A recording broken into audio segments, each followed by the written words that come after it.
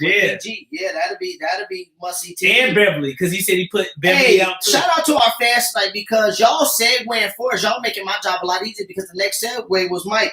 What team / players do you think need to show up in the playoffs? Speaking of Paul George and the Clippers, what teams or what players do you think need to show up in these playoffs? It's good. So I definitely think Bucks.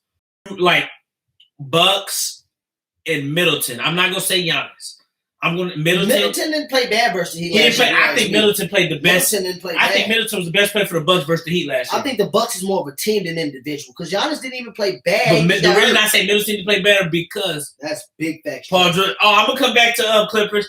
But yeah, I think Middleton needs to play better up his level if the Bucks going to make a deep run. To me, the Bucks, you can't lose to the Heat again.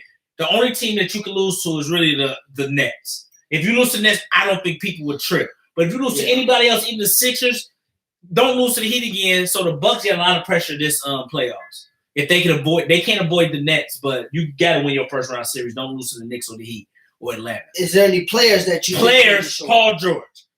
Paul George, I'm looking at you this year. And I'm not even going to blame Paul George for everything because Kawhi choked too in that Game 7. Yeah, but Paul won the title the year before. So but he still choked. I'm saying he got some leeway. We said what? No, he don't get leeway. He choked. No, we said what players need to. So Kawhi needs to perform to you. Okay, Paul George needs to perform. That's what I'm saying. Kawhi Paul George, playoff P needs to come out. Playoff P needs to come out. So that's the player that I'm going to look for. Playoff P. I want to say Harden too, but the Nets, they got to win no matter what. So I want to say Paul George. Paul George, you got to come to play. I don't want to see no chokes or anything. You got to come to play playoff P. So go ahead. What's your team and player? For me, I think that the teams that need to show up in the playoffs, I'm going to go teams because first, it's not all about individuals. To me, the teams that need to show up, the Bucks and the Clippers. Both teams didn't even make the conference finals last year, and they was both final contenders. And they both had the Clippers was one of the two best teams. So the Clippers and Bucks as a team, they need to show up in the playoffs. And when I mean show up, you need to make a conference finals at least this year. That's what you have to do. Even if the Nets are on your way for the Bucks, and that's just what it is. That's what it comes to because of what y'all did last year. That's just what has to happen. The Clippers in a way, yeah, Paul George because they're also playing for Kawhi Leonard. If Kawhi and them come up short of any expectation of the finals or not even probably winning the finals, he might be gone. And I mean, I'm not saying he didn't play a role in it, but he may be gone from them because he didn't opt in this year. And the Clippers also, like you said, got a coach got fired. Doc Rivers got fired. And if Doc Rivers has success with the 76ers over the Clippers, then you got to start looking at some of them players. But I look at the Clippers as a whole. You got rid of Lou Williams and Doc Rivers. Now you got your guys that you want in there. You have to win. The Bucks have to win too. You got Drew Holiday.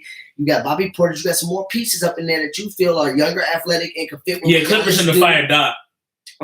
So the Bucks and the Clippers need to win. When we look at a player, I'm going to probably throw a wrench into people.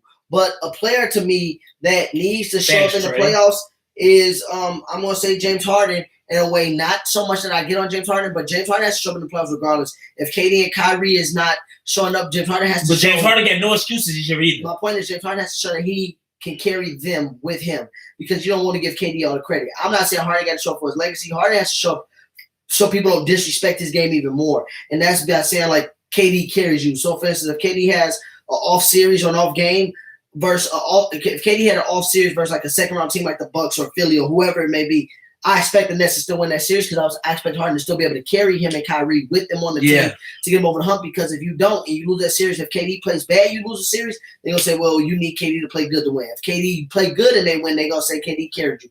So James Harden in that respect has to come with the James Harden we know, the 1A mentality, and let KD do what he do, but he has to have that 1A mentality throughout the playoffs. You can't act like you a Scottie Pippen. You have to show that. Hey, don't disrespect Pippen like that. He's not a Scottie Pippen. We're not going to disrespect James Harden like that. We ain't going to disrespect Harden like that. We're just not going to do that. So what I'm saying is he has to come out like that. And if James Harden come out like that, then I think he's fine. Okay. Another player for me that I'm about to throw under the ropes to me is Steph Curry because I want to see what Steph can do. No, for real, because I think Steph can win the first round series versus the Jazz.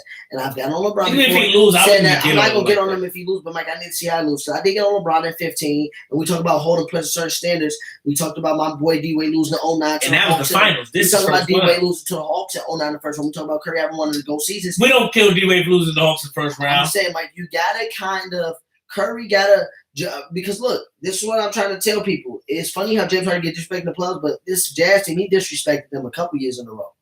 Without they better than them. Though. He disrespected a couple teams in a row. Are they really? But he disrespected a couple teams in a row. So I'm just saying, with by CP3. himself, 2 years in a row with CP3. 1 year without CP3. He beat the Jazz before without CP3.